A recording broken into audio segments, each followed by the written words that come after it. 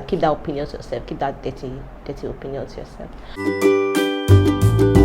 Hi lovelies, welcome to my channel, your safe space for all things self-care, self-love and personal development.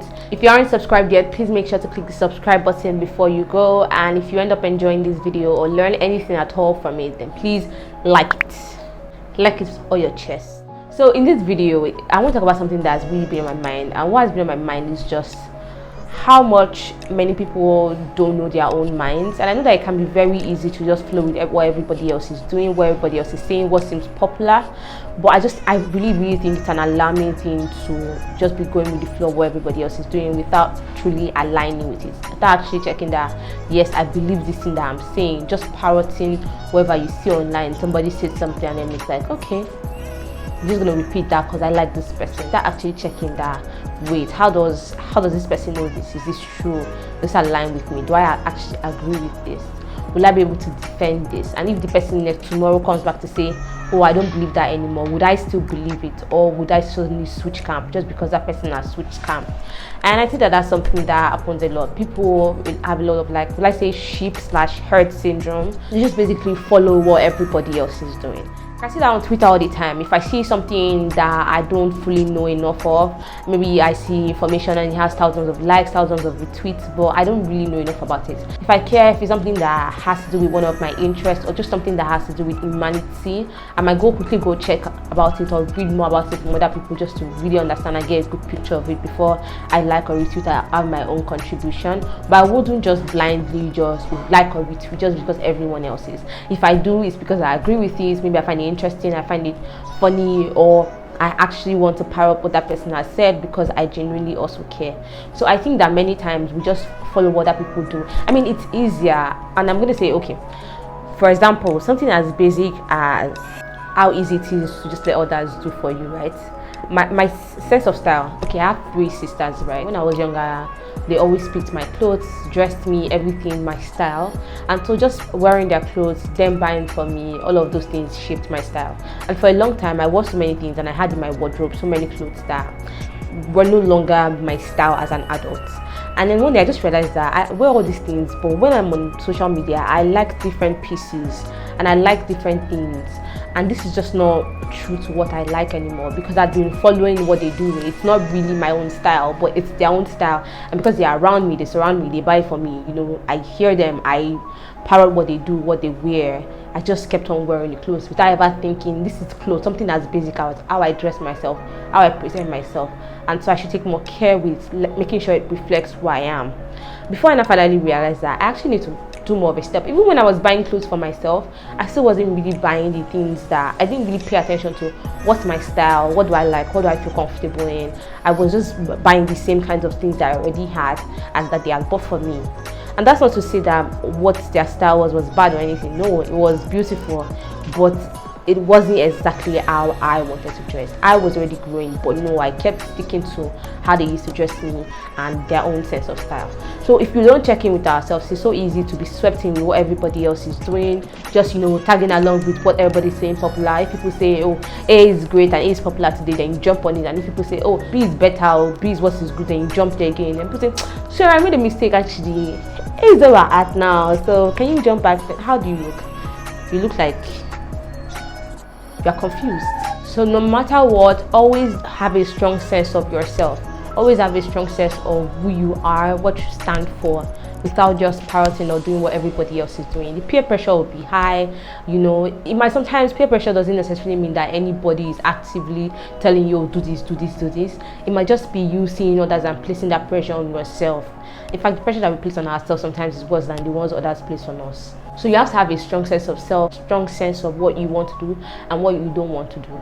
Another thing is to make sure that you're well informed and that you know enough about what you're doing, what you're saying, what you're replicating, what you're parroting, what you're doing like others. So Google about it, research about it, check with yourself, you know, ask other people's opinions, hear people's thoughts, and then if it can influence you, let it influence you, but don't let it then influence you over your own, you know, thinking. So you can pick what everybody else is saying. Okay, why do you think this? This is why you think that. Okay, I can understand why you would think that. and then somebody else will see something else, okay, I can understand why you would also think that. Then go and then think for yourself that, what do I actually think? What do I actually believe?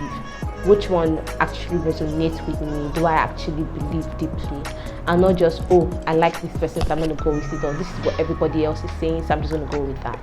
I think a lot of this problem also stems from wanting to be liked and wanting to seem popular and wanting to seem cool, not wanting to stand out. And I think that, like I said in my last video, the better you can drop this neediness to be liked or the neediness to be right and to be on the right side of the cool people, the better for you.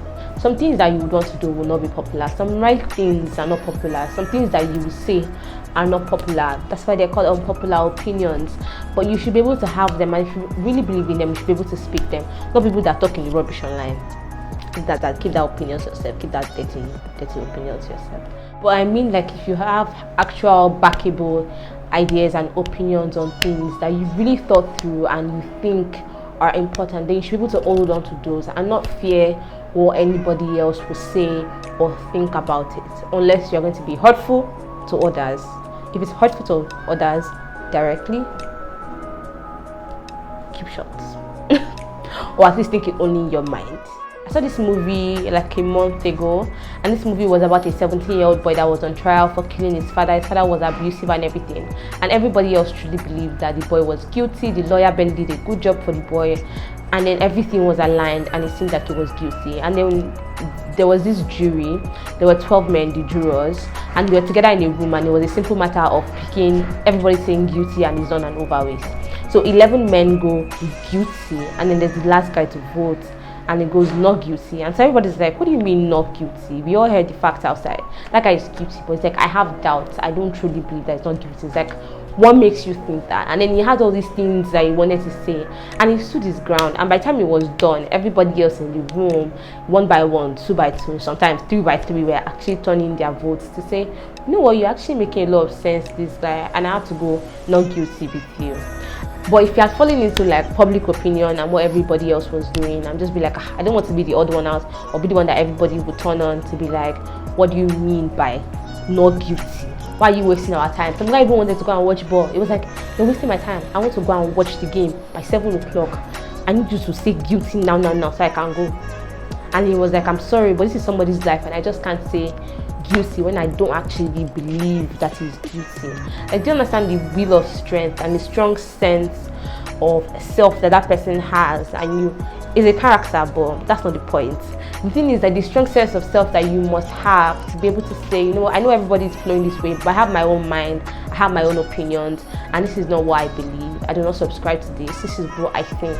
And be able to stand by it. I think we really need that. I think especially in this age of Twitter, I know it's banned, but I think in this age of Twitter and social media and every other app that allows you to share your thoughts, it's very important that you can think independently and that you can check things for yourself and draw your own opinions, get pieces from other people and hear people's thoughts, but at the same time only say your own thoughts, not just echoing others blindly. If this video has you thinking that you might be falling under this pattern, or you're just wondering how you can do better to have a strong sense of yourself, just always check with yourself anytime you're about to say or repeat anything that, do I truly believe in this? Is this something that I actually agree with?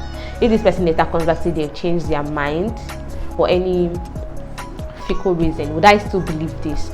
Or is my belief in this simply attached to this other person? And that's it for this video. I hope you found it helpful / educative, and if you did, please share with a friend, and don't forget to subscribe and like the video, and I'll see you in my next video.